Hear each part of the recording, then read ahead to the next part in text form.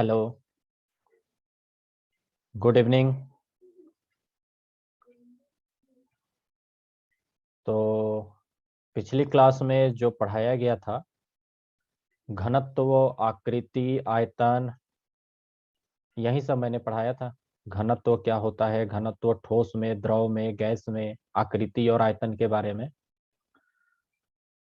कोई डाउट है? अभी तक जो पढ़ाया गया है उसमें कुछ पूछना है? कोई डाउट है?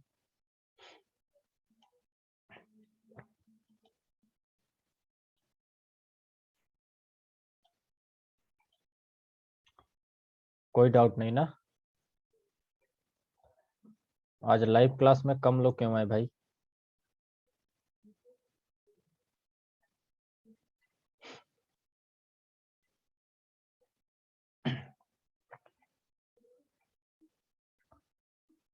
ओके, चलिए ठीक है। तो सब समझ में आ रहा है कि नहीं? कोई दिक्कत जा रही है क्या?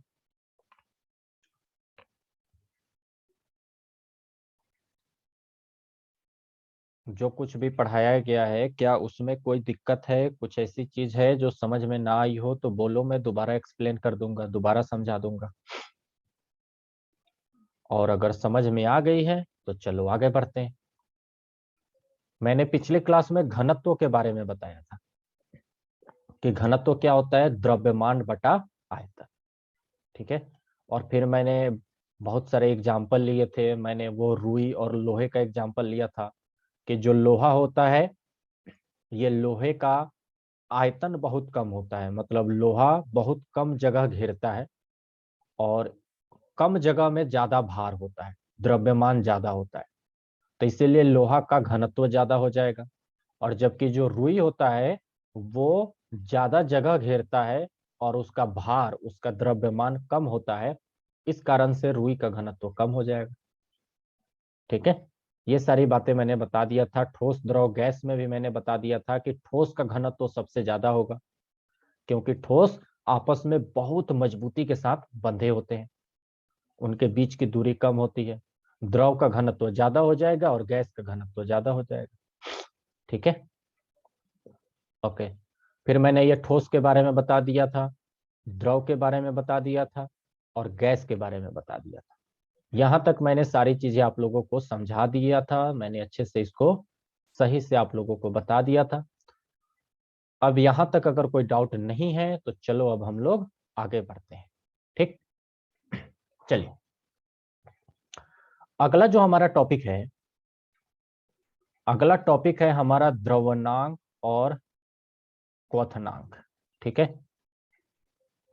ओके, क्या दिक्कत है बोलो, कुछ पूछना है? चारों एक ही साथ हैं। हाँ बोलो। आर्यन जी सर, हम पूछना। चारों एक ही साथ हैं। अच्छा अच्छा, ठीक है, चलो। तो अभी जो पढ़ाया है उसमें कोई डाउट तो नहीं है ना? अभी अभी आ रहे हैं तो कैसे डाउट पता चलेगा? फिर अरे, से करिए। कल के पढ़ाई में, कल जो पढ़ाया गया था उसमें। कल की पढ़ाई में डाउट नहीं है। ठीक है, चलो। ओके। तो आज हम लोग जो टॉपिक करने वाले हैं वो है द्रवणांक और क्वथनांक। ठीक है। द्रवणांक और क्वथनांक मुझे लगता है आप लोग पहले से भी जानते हो। मैं थोड़ा सा इसको एक्सप्लेन कर दूंगा, समझा दूंगा, इसमें तुम लोग तैयार हो जाओगे। देखो, द्रवणांक या गलनांक बोलते हैं। ठीक है। या तो हम द्रवणांक बोलते हैं या गलनांक बोलते हैं। और इंग्लिश में इसको मेल्टिंग पॉइंट बोलते हैं। और ये होता है क्वथनांक, और ये इसको इंग्लिश में बॉइलिंग पॉइंट। अब ये होता क्या है वो जरा समझ लो। जैसे मैं पानी का एग्जांपल ले रहा हूं, छोटा सा एग्जांपल, पानी। तो ये जो पानी है, पानी अपने तीन रूप में रह सकता है। ठीक है ना? या तो वो ठोस रूप में बर्फ बन के रह सकता है, या पानी अपने पानी के रूप में रहेगा, द्रव के रूप में, या फिर वो गैस के रूप में रह जाएगा, जैसे वाष्प के रूप में। तो जैसे मान के चलो, जब हम किसी ठोस चीज को गर्म करते हैं, जैसे कोई भी ठोस चीज हो, जरूरी नहीं है कि बर्फ हो, कोई आपका कोई भी सामान हो सकता है, लोहा हो सकता है, कोई लकड़ी हो सकता है, कुछ भी हो सकता है, कोई भी ठोस पदार्थ हो। उसको जब हम लोग गर्म करते हैं तो एक समय आने पर वो पिघलना शुरू हो जाता है, ठीक है ना। एक समय आने पर वो पिघलना शुरू हो जाएगा, गलना शुरू हो जाएगा। जैसे लोहा है, तो मान के चलो ये जो लोहा है, लोहा को जब हम लोग हीट करेंगे तो शुरुआत में तो वो बहुत लाल होगा, बहुत लाल होगा, फिर उसके बाद पिघलना शुरू हो जाएगा। तो अगर हम बहुत ज्यादा तापमान देते जाएंगे, बहुत ज्यादा टेम्परेचर बढ़ाते जाएंगे, तो एक ऐसा टेम्परेचर आएगा, एक ऐसा तापमान आएगा जिस पर वो ठोस पदार्थ द्रव में परिवर्तित हो जाएगी। जैसे हमारे पास बर्फ है, तो क्या बर्फ ऐसे ही पानी में परिवर्तित नहीं हो जाती ना। बर्फ अगर -डिग्री सेल्सियस में है तो बर्फ ही बने रहेगा, और जैसे ही उसका टेम्परेचर हम बढ़ाएंगे, यानी कि जैसे हम उसको 0 डिग्री सेल्सियस करेंगे या उससे ज्यादा करेंगे, जैसे ही हम टेम्परेचर देना शुरू करेंगे तो वो पिघल के पानी में बनने लगेगा। फिर पानी को जब और टेम्परेचर हम देना शुरू करेंगे तो पानी जो है वो वाष्प बनने लगेगा। मेरी बात सभी समझ रहे हो ना। यानी कि टेम्परेचर का यहाँ पे सबसे ज्यादा खेल है, तापमान का सबसे बड़ा खेल है। तो अब मेरी बात सुन लो, वो तापमान जिस पर कोई ठोस पदार्थ, कोई ठोस पदार्थ गल कर द्रव में परिवर्तित हो जाए, वो टेम्परेचर जिस पर कोई ठोस पदार्थ गलकर द्रव में परिवर्तित हो जाए, उस तापमान को उस पदार्थ का गलनांक या द्रवनांक कहते हैं, ठीक। और क्वथनांक क्या होता है, मतलब बॉइलिंग पॉइंट क्या होता है, कि जब द्रव को हम फिर से टेम्परेचर देना शुरू करें, द्रव को हम फिर से तापमान देना शुरू करें। जैसे पानी को हम हीट दे रहे हैं, हीट दे रहे हैं, खूब उसको तापमान दे रहे हैं, तो वो एक समय आएगा ना कि गैस बन जाएगा और गैस बन के उड़ जाएगा। तो जिस टेम्परेचर पर वो गैस बन के उड़ने लगे, उस टेम्परेचर को उस पदार्थ का क्वथनांक कहेंगे। तो हम लोग कहते हैं कि नहीं, कि पानी के केस में हम लोग कहते हैं ना, पानी के केस में जो सबसे पहले बर्फ होता है, तो बर्फ को जब टेम्परेचर देना शुरू करेंगे और 0 डिग्री सेल्सियस से जैसे ही ऊपर जाएगा, 1 डिग्री सेल्सियस, 2 डिग्री सेल्सियस, तो ये पिघलना शुरू हो जाएगा और द्रव में परिवर्तित हो जाएगा। और फिर जब पानी बन जाएगा तो पानी को हम टेम्परेचर देते जाएंगे, देते जाएंगे, देते जाएंगे, तो पानी को जब हम खूब टेम्परेचर दे देंगे तो 100 डिग्री सेल्सियस तक जब इसको हीट कर देंगे तो ये गैस में बन जाएगा, यानी कि ये क्या हो जाएगा, ये वाष्प बन जाएगा, उड़ जाएगा। मेरी बात सभी लोग समझ गए ना। तो गलनांक और क्वथनांक यही होता है, मैंने यहाँ पे लिख भी रखा है। मैं यहाँ पे एक और एग्जांपल देकर समझाऊंगा, चिंता मत करना अगर ना समझ में आया तो। देखो मेल्टिंग पॉइंट क्या होता है, मतलब मेल्टिंग पॉइंट जिस तापमान पर कोई ठोस पदार्थ पिघल कर द्रव में परिवर्तित होने लगता है। ठोस पदार्थ है, हमने ठोस पदार्थ को गर्म किया, उसको तापमान किया, और ठोस पदार्थ द्रव में परिवर्तित होने लगता है, उस तापमान को उस पदार्थ का द्रवनांक कहते हैं। जैसे एग्जाम्पल एक बार देखो, फिर मैं आप लोगों से बात करता हूं। जैसे उदाहरण के तौर पे देखो, जैसे मैंने कहा कि बर्फ जो है, बर्फ, अभी हम लोगों ने बात किया कि बर्फ जो है वो 0 डिग्री सेल्सियस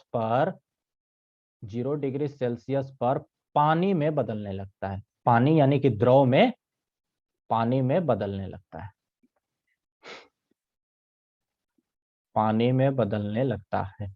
यानी कि ठोस से द्रव में बदलने लगा ना, कितने डिग्री सेल्सियस पर, 0 डिग्री सेल्सियस पर।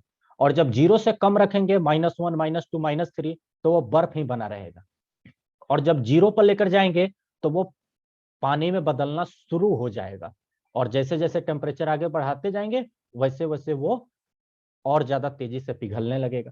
तो यानी कि हम यहाँ कह सकते हैं, हम यहाँ क्या कह सकते हैं, कि जो बर्फ का गलनांक है, जो बर्फ का गलनांक या बर्फ का द्रवनांक है, वो कितना है, वो है 0 डिग्री सेल्सियस। ठीक उसी तरीके से मान के चलो हमारे पास लोहा है, तो लोहा को हम टेम्परेचर देंगे, हीट देंगे, हीट देंगे, हीट देंगे, खूब हीट देंगे ना, बहुत हीट देंगे, तब जाके वो पिघलना शुरू होगा। तो आपको मैं बता दूं थोड़ा सा एग्जांपल के लिए कि जो लोहा का गलनांक होता है वो 1500 डिग्री सेल्सियस होता है। यानी कि लोहे को जब आप 1500 डिग्री सेल्सियस टेम्परेचर पर लेकर जाओगे तब लोहा पिघल के द्रव में परिवर्तित होने लगता है। तो हम लोग क्या कहेंगे कि लोहे का गलनांक 1500 डिग्री सेल्सियस है, यानी कि 1500 डिग्री सेल्सियस जाने पर लोहा गलने लगता है, पिघलने लगता है, उसकी मेल्टिंग पॉइंट है वो। ठीक है, अब बताओ, अब किसको क्या पूछना है, अब बताओ। चलो, ये 4 बच्चे बैठे हो, बताओ क्या पूछना है। सर हीरा जो डायमंड होता है क्या वो उस गुणांक में परिवर्तित हो सकता है? हाँ बिल्कुल, क्यों नहीं। अगर उसको भी आप बहुत हीट करेंगे, हालांकि वो सबसे हार्ड सब्सटेंस होता है, जो डायमंड होता है नेचर में पाया जाने वाला, प्रकृति में पाया जाने वाला सबसे हार्ड सब्सटेंस है। तो बहुत ज्यादा जब हीट करेंगे ना, बहुत ज्यादा हीट, मुझे अब याद नहीं है कि कितना डिग्री सेल्सियस होगा, 4000 5000 डिग्री सेल्सियस, तब वो भी पिघल जाएगा। ठीक है, ओके, चलो। तो मुझे लगता है द्वनांक और क्वथनांक जो है आप लोगों को समझ में आ गया होगा। चलो, द्वनांक और गलनांक और क्वथनांक क्या है। तो अभी मैंने बताया कि जिस तापमान पर कोई द्रव जैसे कि पानी गैस में परिवर्तित होने लगता है। ठीक है, जैसे हम लोग पानी को मान के चलो रखते हैं चूल्हे पर या अपने गैस पे गर्म होने के लिए, तो क्या उसी समय वो पानी जो है तुरंत गैस बन के तो नहीं उड़ने लगता ना, पहले वो थोड़ा सा हीट होता है। वो उसका हीट जो है वो जब 100 डिग्री सेल्सियस तक पहुंच जाता है, पूरे पानी का जो टेम्परेचर है वो जब 100 डिग्री सेल्सियस हो जाता है, तब जाकर क्या होता है कि वो गैस में परिवर्तित होने लगता है। समझ में आया सभी को। तो वही मैंने यहाँ पे लिख रखा है, क्या लिख रखा है कि जिस तापमान पर कोई द्रव गैस में परिवर्तित होने लगता है उस तापमान को उस पदार्थ का क्वथनांक कहते हैं। जैसे देखो एग्जाम्पल के तौर पे, जैसे पानी का क्वथनांक कितना हो जाएगा, अगर कोई पूछे कि पानी का क्वथनांक कितना हो जाएगा, यानी कि वो पूछना चाह रहा है कि पानी को कितना टेम्परेचर देंगे तो वो गैस बनने लगेगा। तो हम लोग जानते हैं कि पानी को जब 100 डिग्री सेल्सियस पर लेकर जाते हैं तो वो गैस बनने लगेगा। तो पानी का क्वथनांक 100 डिग्री सेल्सियस हो जाता है।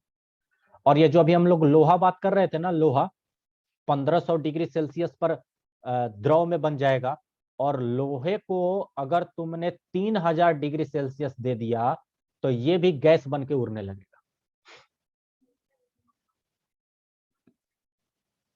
सभी लोग मेरी बात समझ गए होंगे।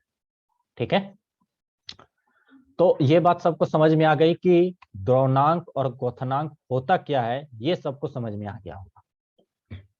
तो इस पे हम लोग अब बात कर लेते हैं कि ठोस में क्या होता है, द्रव में क्या होता है और गैस में क्या होता है। तो देखो मैंने यहाँ पे लिख रखा है कि ठोस में क्या होता है।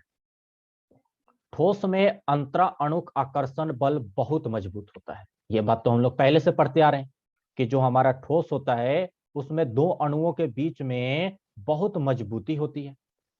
तो मजबूती होने के कारण उसे तोड़ने के लिए बहुत ज्यादा एनर्जी लगेगी।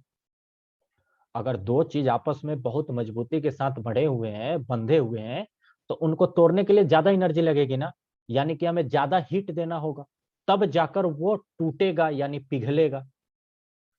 तो इसी कारण से ठोस का जो द्रवनांक और क्वथनांक होता है वो बहुत ज्यादा होता है, क्योंकि हमें बहुत ज्यादा हीट देनी होगी ना, तब जाकर वो द्रव में बदलेगा और फिर बहुत ज्यादा हीट देने पर गैस में बदलेगा। तो ठोस का द्रवनांक और क्वथनांक सबसे अधिक होता है। अब अलग अलग ठोस का भी अलग अलग हो सकता है, जैसे डायमंड का बहुत ज्यादा होता है तो लोहे का उससे कम होता है। ठीक है ना, एल्युमिनियम का उससे कम होता है। तो ये तो डिस्कशन का एक विषय है, बहुत बड़ा डिस्कशन का, कि ठोस में भी बताओ कि डायमंड का कितना होगा, लोहा का कितना होगा, एल्युमिनियम का कितना होगा, कॉपर का कितना होगा, तो वो अभी हमें नहीं पढ़ना। हमें बस ये पढ़ना है कि ठोस का सबसे ज्यादा होता है, क्योंकि ठोस के कण आपस में मजबूती से बंधे होते हैं, तो उनको तोड़ने के लिए, पिघलाने के लिए हमें ज्यादा एनर्जी देनी पड़ेगी। ठीक। द्रव में क्या है, तो द्रव द्रव जो होता है, जो भी लिक्विड सब्सटेंस है, जो भी लिक्विड पदार्थ है, द्रव है, वो तो पहले से ही द्रव है। कहने का मतलब ये है कि वो तो पहले से ही द्रव अवस्था में है, यानी कि उसका तो गलनांक समझो कि पहले ही खत्म हो चुका है। अब मैं तुमसे कहूं कि एल्कोहल का, जो हम लोग एल्कोहल दारू वारू में लोग जो डालते हैं, एल्कोहल का भैया गलनांक कितना होगा? अरे तो एल्कोहल जो होता है, एल्कोहल तो हम लोग जो नॉर्मल टेम्परेचर हमारा 20-25 डिग्री सेल्सियस होता है, उससे कम पर जाएंगे तब ना उसका गलनांक आएगा, रूम टेम्परेचर से कम। तो द्रव पदार्थ का गलनांक तो रूम टेम्परेचर से भी कम हो जाता है। रूम टेम्परेचर कहते हैं 25 से 30 डिग्री सेल्सियस। और इनका क्वथनांक जो होता है वो ठोस पदार्थ से कम होता है, क्योंकि इनके बीच के जो कण है वो आपस में मजबूती से नहीं बंधे होते। सबको समझ में आ रहा है ना? आयुषी कुमारी, उस समय आपने हाथ उठाया था, कुछ पूछना है क्या आयुषी? आपने कुछ पूछने के लिए शायद हाथ उठाया था और फिर आप क्लास से हट गई थी। कुछ पूछना है तो बोलो।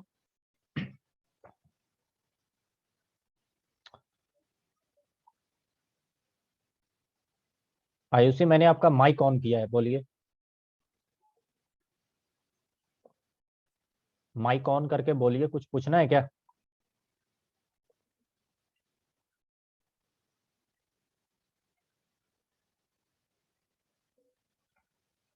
कुछ नहीं पूछना, चलो ठीक है। तो ये द्रव की बात थी। और अगर हम लोग गैस की बात करें तो क्या होगा? तो गैस जो है वो तो पहले से ही गैस में है यार, यानी कि उसका जो मेल्टिंग पॉइंट और बॉइलिंग पॉइंट होगा, यानी द्रवनांक और कथनांक, वो तो रूम टेम्परेचर से भी कम होगा ना, क्योंकि वो तो पहले से ही गैस में पहुंचा हुआ है। तो हम का टेम्परेचर देके उसको द्रव और गैस में पहुंचाएं? वो तो पहले से ही गैस में है।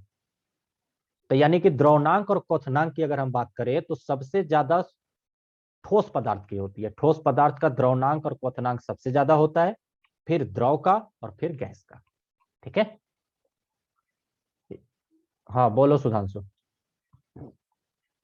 एमपी या बीपी क्या है सर? एमपी या बीपी किस लिए लिखे मेल्टिंग हैं? मेल्टिंग पॉइंट और बॉइलिंग पॉइंट मैंने शॉर्ट में लिख दिया है, क्वथनांक, द्रवनांक और क्वथनांक को। ठीक है। जी सर।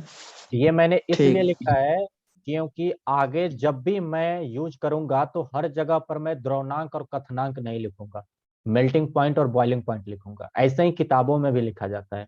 शुरुआत में वो सिखा देंगे कि देखो मेल्टिंग पॉइंट बॉइलिंग पॉइंट कहते हैं, और उसके बाद एमपी बीपी करके लिखते रहेंगे। तो ये चीजें अब आप लोग भी सीखो। ठीक है। एग्जाम में भी कई बार ऐसे दे देते हैं, एमपी बीपी इतना है तो बताओ ये कितना होगा। तो इस टॉपिक में किसी को अगर कोई डाउट है तो अभी पूछ लो, क्योंकि अब मैं आगे बढ़ने वाला हूं संपीड्यता यानी कंप्रेसिबिलिटी। ठीक है। तो ये हमारा चौथा पदार्थ का गुण है। अभी हम लोग पढ़ क्या रहे हैं भैया? तो अभी हम लोग पढ़ रहे हैं पदार्थ के गुण, कि ठोस पदार्थ, द्रव पदार्थ, गैस पदार्थ के क्या क्या गुण हैं, ठोस पे कैसे लागू होता है, द्रव पे और गैस पे कैसे कैसे लागू होता है। ठीक है।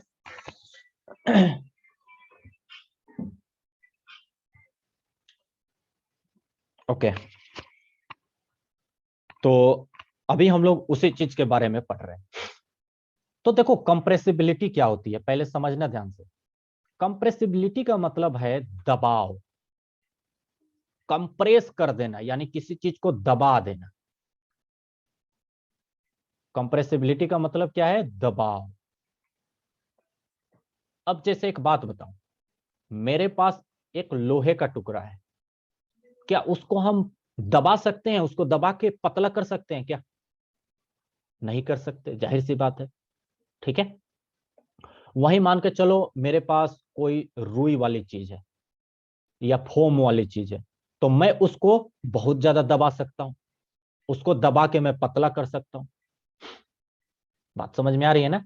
तो कुछ पदार्थ ऐसे होते हैं जिनको दबाया नहीं जा सकता, मतलब उनको और ज्यादा छोटा या बड़ा नहीं किया जा सकता। और कुछ पदार्थ ऐसे होते हैं जिनको कि हम लोग दबा सकते हैं और उसको छोटा या बड़ा कर सकते हैं, बाहर से दबाव देकर या दबाव हटा। जैसे आप लोगों बैलून खरीदते हो ना, सभी लोग जाते हो मेले में तो बैलून खरीदते होंगे ना। तो बैलून जब आप लोग खरीदते हो तो देखते हो एक वो सिलेंडर लिए रहता है, साइकिल में बगल में वो सिलेंडर लिए रहता है, और इतना छोटा सिलेंडर होता है उसके पास, बहुत बड़ा भी नहीं होता, और उसी सिलेंडर से वो हजारों गुब्बारे में हवा भर देता है। अब सोचो, इतना छोटा सिलेंडर है, ठीक है, और उसी सिलेंडर से वो हजारों गुब्बारों में हवा भर देता है। उसमें कौन सा गैस होता है, क्या मुझे कोई बता पाएगा? ये आपके जीके का सवाल हो सकता है कि गुब्बारों में कौन सा गैस भरा जाता है। अरे गुब्बारे में गैस भर देते हैं ना बचपन में, मम्मी मम्मी पापा पापा है वो फुलावना किन दो, ऐसे कहते हो कि नहीं तुम लोग? तो उसमें कौन सा गैस भरा जाता है और उसके बाद उसको छोड़ देते हैं तो ऊपर जाने लगता है वो? हाँ,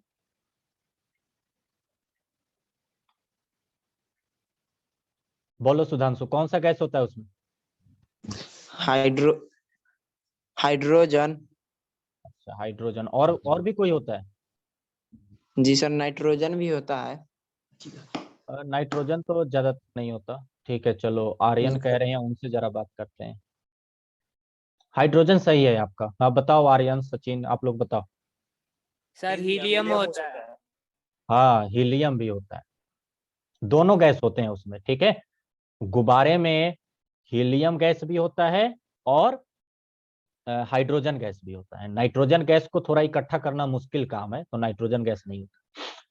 तो यानी कि वो जो सिलेंडर होगा, मैं ये कहना चाह रहा हूं कि वो जो सिलेंडर होगा, ऐसे सिलेंडर का शेप रहता है ना, यानी कि सिलेंडर में उसने पहले से बहुत ज्यादा कंप्रेस करके दबाव डाल के उसमें बहुत सारा गैस भरा होगा, और वो थोड़ा थोड़ा निकाल रहा है और बैलून में भर दे रहा है। थोड़ा सा निकालता है, बैलून में भर देता है।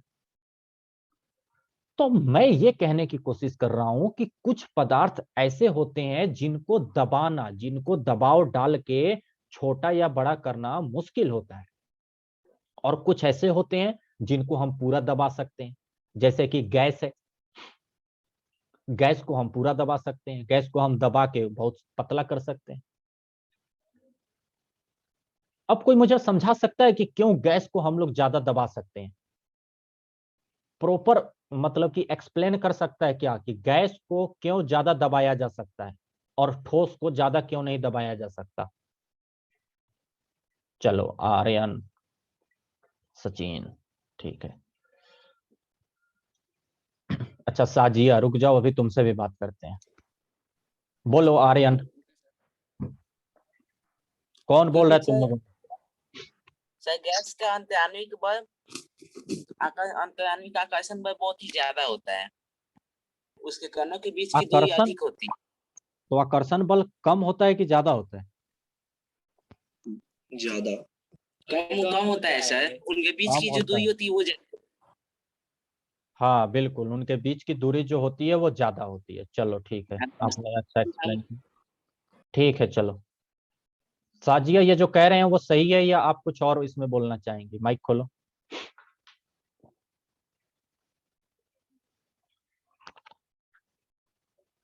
साजिया बोलो, आपका माइक ऑन है। है हाँ, क्या बोल रही हैं, बोलो फिर से। सर, आंसर सही है। अच्छा, आपको भी यही बोलना था, ठीक है चलो। ओके ठीक है, माइक बंद कर लो। हाँ बिल्कुल सही बात है, क्योंकि देखो क्या है ना, इसके पीछे रीजन क्या है, माइक बंद कर लेना। इसके पीछे रीजन ये है कि जो ठोस होता है और ये जो द्रव होता है, साजिया अपना माइक बंद कर ले, और ये गैस होता है। तो ठोस के जो अणु होते हैं ना वो बहुत पास पास होते हैं, इनके बीच में ज्यादा दूरी होता ही नहीं है, तो तुम इनको क्या दबा पाओगे बताओ। ये तो पहले से ही पूरा पैक है भैया, ये ठोस जो है ये पहले से ही पूरा पैक है, तो इसको ज्यादा नहीं दबाया जा सकता। जबकि द्रव जो है, द्रव के अणु थोड़ा सा दूर दूर होते हैं, तो हम लोग कह सकते हैं कि हाँ द्रव को थोड़ा सा दबाया जा सकता है। कहने का मतलब ये है कि अगर मान के चलो हमारे पास गिलास में यहाँ पे पानी है और गिलास हमारा बहुत मजबूत है, बहुत मजबूत है, तो हम ऊपर से दबाव डाल के, यहां से हम किसी चीज से दबाव डाल के और पानी के लेवल को थोड़ा सा नीचे कर सकते हैं, यहां तक ला सकते हैं। मतलब हम लोग थोड़ा सा ठोस द्रव को दबा सकते हैं, क्योंकि द्रव के कण दूर दूर होते हैं, थोड़ा सा उनमें जगह होती है, तो हम दबाकर और इसको पास पास कर देंगे। जब दबा देंगे तो कुछ ऐसा हो जाएगा, ये भी सारे पास पास आ जाएंगे। ठीक है, तो यानी कि द्रव को भी थोड़ा सा दबाया जा सकता है। और गैस में क्या है, तो गैस के कण तो एक यहां, एक यहां, एक यहां, एक यहां, एक यहां, बहुत दूर दूर होते हैं, तो इनको तो बहुत ज्यादा दबाया जा सकता है। एक छोटे से बर्तन में भी हम बहुत सारा गैस को दबा दबा के रख सकते हैं, बशर्ते वो जो गैस बर्तन जो है वो मजबूत होना चाहिए। इसीलिए जो सिलेंडर होता है ना जिसमें गैस भरा जाता है, वो देखना बहुत मजबूत होता है। आपके घर में जो सिलेंडर आता है जिसमें एलपीजी गैस भरा जाता है, वो कितना मजबूत होता है, क्योंकि उसमें लिक्विड पेट्रोलियम गैस एलपीजी भरा होता है कंप्रेस कर। या ऑक्सीजन का आपने देखा होगा अगर, जो कि मरीजों के लिए लेकर जाया जाता है ऑक्सीजन सिलेंडर, तो उसमें वो भी बहुत मजबूत होता है, ताकि उसमें हम खूब सारा गैस भर सके, खूब सारा दबाव दे देकर। मेरी बात सभी लोग समझ गए। तो मैंने संपीड्यता के बारे में यहाँ पे लिख रखा है, जब आप लोग नोट्स बनाना तो इसको अच्छे से लिख लेना, समझ के लिख लेना। क्या लिख रखा है, किसी पदार्थ पर दबाव यानी बल बढ़ाकर या घटाकर उस पदार्थ के आयतन को, मतलब उस पदार्थ के आकार को घटाना या बढ़ाना संपीड्यता कहलाता है। तो कोई भी पूछे संपीड्यता क्या कहलाती है, आप उसको ये बता सकते हो कि हम किसी भी चीज पर दबाव बढ़ा के या घटा के उसके आकार को बदल सकते हैं। ठीक है, इसी चीज को संपीड्यता कहते हैं। ठीक है, और संपीड्यता सबसे ज्यादा किस में होगी, तो सबसे ज्यादा गैस में होगी, उससे कम द्रव में होगी, और उससे कम ठोस में होगी। सबसे ज्यादा हम लोग गैस को दबा सकते हैं, उससे कम द्रव को दबा सकते हैं, और उससे कम ठोस को दबा सकते हैं। एक्चुअल में ठोस को तो ज्यादा दबाया ही नहीं जा सकता। ठीक है, क्या पूछ रहे हो आदित्य गुप्ता? ये आदित्य गुप्ता फिर से कोई वो वाले हैं क्या? ये आदित्य गुप्ता, आप अपना माइक खोलो जरा, Aditya Gupta JKNG।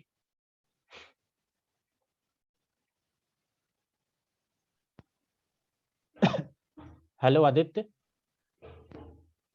Yes sir. Aditya किस स्कूल से हो आप?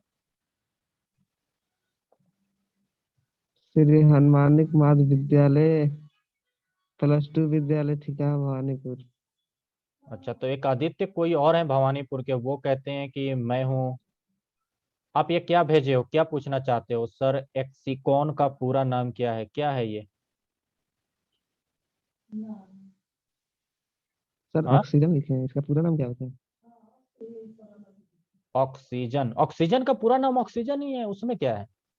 ऑक्सीजन गैस ही बोलते हैं, और क्या बोलते हैं? अरे ऑक्सीजन गैस ठीक है। को तो ऑक्सीजन गैस ही बोलते हैं ना। Yes sir. अच्छा, साजिया पूछ रही हैं कि सर लेकिन एक गिलास पानी को कैसे दबाया जा सकता है? ओके ठीक है साजिया। चलो साजिया अपना माइक ऑन करो।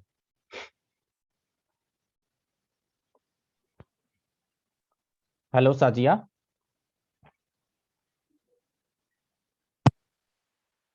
Yes sir. अच्छा देखो, जो द्रव पदार्थ होते हैं, जैसे पानी जो है सो द्रव पदार्थ है ना, यस सर। तो द्रव पदार्थ के जो कण होते हैं वो थोड़े से दूर दूर होते हैं ना, पास में तो नहीं होते ना, यस सर। थोड़ा सा दूरी होता है ना। तो Yes, अगर sir. मान के चलो द्रव में थोड़ी सी ज्यादा दूरी है, द्रव के कणों में थोड़ी सी ज्यादा दूरी है, तो क्या हम उस पर ऊपर से दबाव देकर, किसी चीज से ऊपर से हम दबाव दे दें, और बशर्ते हमारा जो ये ग्लास है वो काफी मजबूत हो, ऐसा ना हो कि दबाव दें और ग्लास ही टूट जाए, तो ऊपर से जब हम दबाव देंगे तो ये जो ज्यादा जगह है इन दोनों के बीच में, क्या इस जगह को हम लोग दबा के कंप्लीट नहीं कर सकते? यस सर, कर सकते हैं, लेकिन ग्लास में अगर पानी को दबाने पर गिर जाता है। अरे यार, तो इसलिए कह रहा हूं क्योंकि उसको एक्सपेरिमेंट किया जाता है ना, तो वो लैब में किया जाता है, आप अपने घर पे नहीं कर पाओगे ज्यादा। ठीक है, आप अपने घर में इस चीज को सर, नहीं घर कर पे पाओगे। करने का कोई तरीका नहीं है? घर पे घर पे कैसे कर, करने का? देखो घर पे करोगे ना तो क्या होगा, यहाँ से साइड से लीक करने लगेगा पानी, यहाँ से और यहाँ से। बात यस समझ में सर, आ रही है? इसीलिए तो पूछना है। हाँ, तो घर पे ये नहीं किया जा सकता। अच्छा देखो, मैं आपको एक एग्जांपल देता हूँ, इस एग्जांपल से आपको समझ में आ जाएगा, जिसको आप घर पर भी कर सकते हो और इस बात को प्रूफ कर सकते हो कि द्रव के कण में थोड़ी सी जगह होती है। ठीक है, देखो मैं वो एग्जांपल आपको देता हूँ, आप अपना माइक तब तक बंद कर लीजिए। देखो मैं एग्जांपल देता हूँ। देखो, क्या करना घर में तुम लोग, क्या करना, एक गिलास पानी लेना, और पानी एक गिलास ना लेकर थोड़ा सा कम लेना, एक गिलास से कम। और क्या करना, जब पानी लेना तो वहां पे मार्क कर लेना कि कहां तक तुमने पानी लिया है। वो ग्लास, मतलब जहां तक पानी लोगे वहां तक मार्क कर लेना। कांच के गिलास में काम करोगे ये तो ज्यादा आसानी होगी। उसके बाद क्या करना, इसमें 2 चम्मच चीनी डाल देना, 2 चम्मच चीनी डाल देना, और उसको खूब अच्छे से मिला देना। आप देखोगे कि पानी का लेवल ऊपर बढ़ेगा ही नहीं। अगर बहुत ज्यादा डाल दोगे, 4 चम्मच 5 चम्मच, तब तो बढ़ जाएगा, लेकिन 1-2 चम्मच अगर उसमें चीनी डालोगे ना तो पानी का लेवल थोड़ा सा भी नहीं बढ़ेगा। तो हमने जो 2 चम्मच चीनी डाला वो गया कहाँ, कहाँ चला गया वो 2 चम्मच चीनी? तो वो 2 चम्मच चीनी जो है वो बहुत छोटे छोटे कणों में टूट के और इसी गैप में चला गया। ये जो कणों के बीच में जो गैप है ना, छोटा छोटा, इसी गैप के बीच में चला गया। इसी कारण से इसका लेवल ऊपर की तरफ नहीं बढ़ पाया। सभी को यह बात समझ में आई कि नहीं? साजिया जल्दी से मैसेज करो, समझ में आया कि नहीं आया, यस या नो?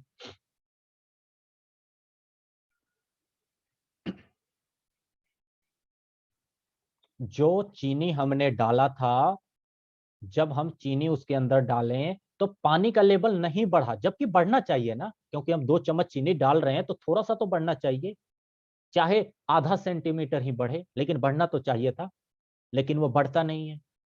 क्यों? क्योंकि उसके जो छोटे छोटे कण है ना पानी के, उसके बीच में चीनी के छोटे छोटे कण चले जाते हैं और उसमें मिल जाते हैं, तो वो जो गैप है उसमें भर जाता है। तो इस प्रैक्टिकल से हमने ये बात सिद्ध कर दिया ना कि द्रव के कण में थोड़ी थोड़ी जगह होती है, यानी द्रव के कण जो होते हैं वो दूरी पर होते हैं, आपस में चिपके नहीं होते।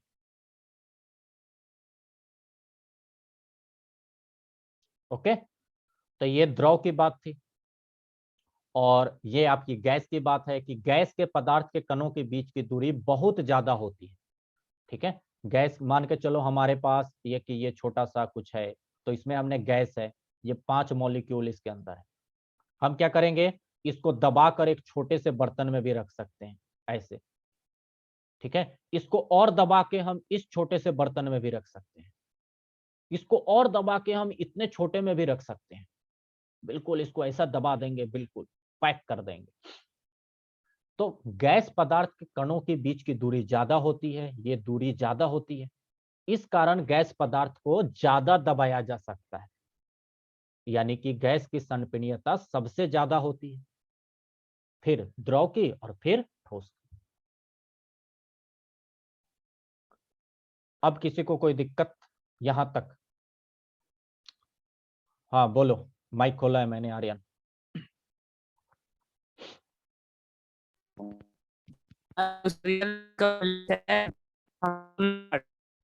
आवाज नहीं आ रही फ्रेश, फिर से बोलो।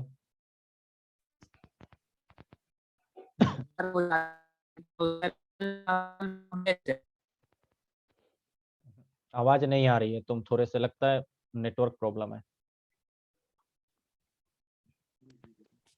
सर बोले हैं कि वो जो आदित्य गुप्ता है उसका असली नाम कमलेश है। असली नाम कमलेश है? Yes sir. तो ऐसा है भैया कि अगर तुम्हारा असली नाम कमलेश है तो कल से कमलेश के नाम से आना, वरना यहाँ से भी निकाले जाओगे और व्हाट्सएप ग्रुप से भी निकाले जाओगे। ठीक है, चलो। अच्छा देखो, मैं सोच रहा हूँ कि कल जो है, कल हम लोग एक छोटा सा 1 घंटे का क्लास रखें जिसमें पढ़ाई नहीं होगी। कल शाम को ही रखेंगे, 6:30 बजे से लेके 7:30 बजे तक। 6:30 से 7:30 बजे तक हम लोग एक क्लास रखेंगे शाम को ही। और उस क्लास में आप लोगों को कोई अगर ज्यादा किसी विषय में मुझसे बात करनी है, कुछ पूछना है, किसी तरीके का कोई भी जानकारी लेनी है, किसी एग्जाम के बारे में, किसी नौकरी के बारे में, या किसी भी कैरियर के बारे में, या किसी चीज में आपको ज्यादा प्रॉब्लम हो रही है पढ़ने में, उसके बारे में कोई भी, मतलब जनरल टॉक, ठीक है ना, जनरल बातचीत जिसमें आपकी प्रॉब्लम हम लोग शेयर करेंगे, आपकी जो भी बात होगी मैं उस पर डिस्कस करूंगा।